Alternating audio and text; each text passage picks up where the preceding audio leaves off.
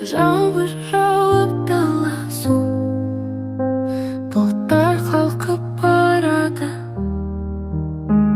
Кішкентай бір мысықтың мұрны ғана қалады.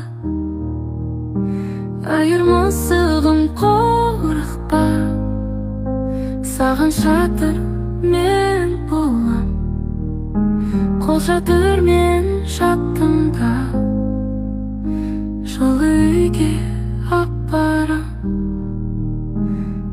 Дірілдеді су болды, көзіне жас толыпты.